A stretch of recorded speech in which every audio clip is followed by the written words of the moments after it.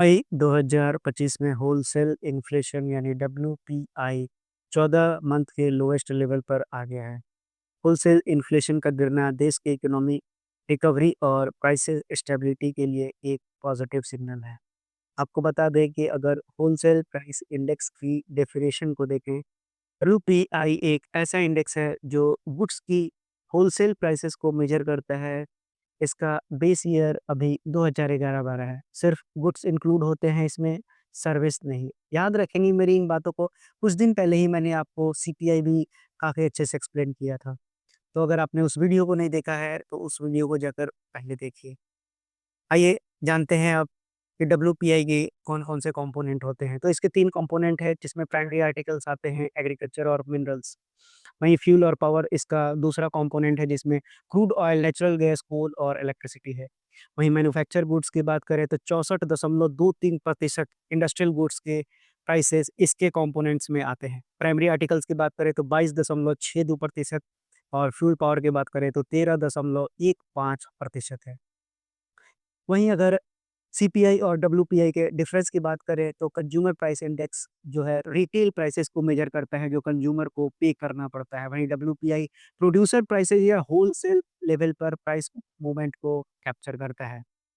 आपको बता दें कि डिक्लाइन होने का कारण है ग्लोबल कमोडिटी प्राइस डिक्लाइन, यानी क्रूड ऑयल और मेटल्स जैसे कमोडिटीज के इंटरनेशनल प्राइसेस में गिरावट हुई है।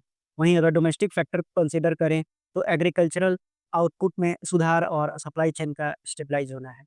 फ्यूल और पावर के प्राइसेस में भी सब्सटेंशियल रिडक्शन हुआ है।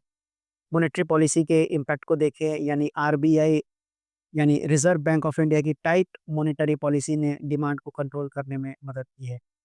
अगर बेस इफ़ेक्ट को देखें तो पिछले साल के हाई इन्फ्लेशन रेट्स की वजह से बेस इफ़ेक्ट का इम्पैक्ट देखने को मिला है।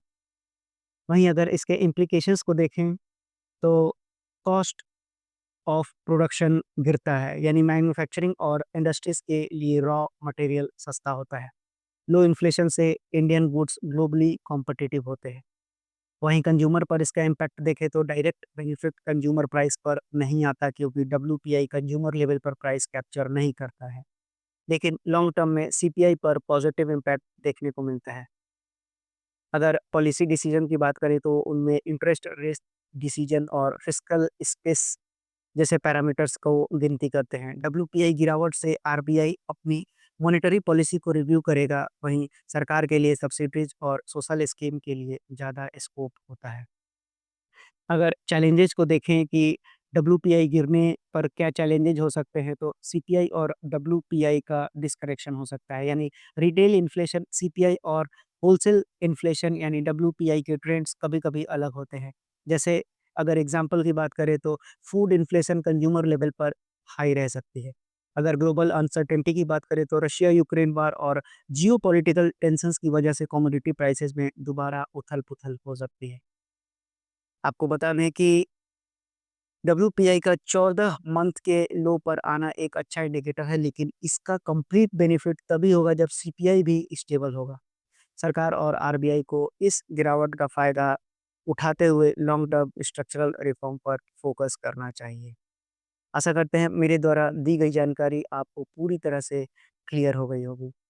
अगर आपको पूरी तरह से अगर ये क्लियर हो गए हैं, तो आप इन सवालों का जवाब देने में सक्षम हो जाएँगे। उससे पहले आपको मैं फिर से बता दूँ कि डब्ल्यूपीआई में सर्विसेज़ को इंक्लूड नहीं करते हैं और सीपीआई में गुड्स और सर्विसेज़ दोनों को इंक्लूड करते हैं।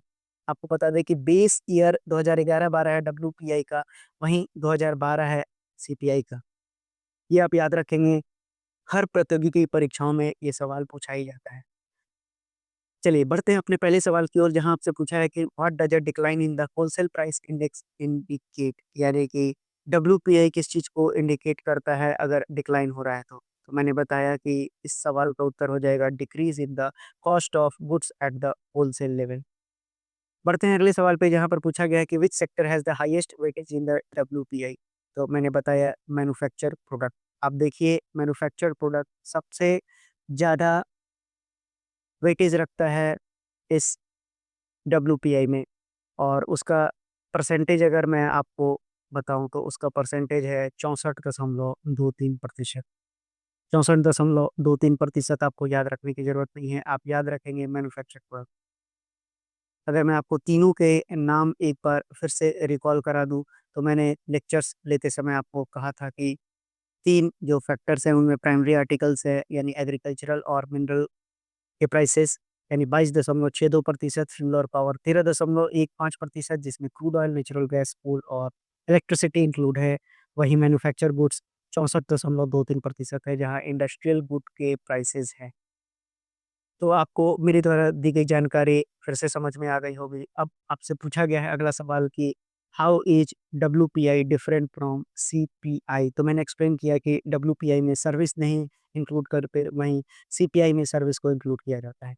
बढ़ते हैं अगले सवाल पे जहाँ आपसे पूछा गया है कि which of the following factors directly influence the WPI most? सबसे ज़्यादा कौन-सा ऐसा फैक्टर है जो डायरेक्टली इन्फ्लुएंस करेगा? तो मैंने बताया इंटरनेशनल क्रूड ऑयल प्राइसेस है, ये सबसे ज़्यादा डायरेक्टली इन्फ्लुएंस करता है डब्ल्यूपीआई को। अब आपसे पूछा गया है कि बेस इफ़ेक्ट इन्फ्लेशन में क्या होता है? तो मैं आपको समझाया था लेक्चर लेते समय भी कि जो इम्पैक्ट जो प्रीवियस ईयर हाई या लो इन्फ्लेशन होता है करंट ईयर के रिस्पेक्ट में, उसी को बोलते हैं इम्पैक्ट ऑफ इन्फ्लेशन रेट, यानी कि बेस इफ़ेक्ट उसको बोलते हैं। तो यानी इस सवाल का उत्तर क्या हो जाएगा? बी, यानी the impact of the previous year high और low inflation on the current year is known as base effect. तो आशा करते हैं मेरे द्वारा दी गई जानकारी आपको क्रिस्टल क्लियर हो गई होगी।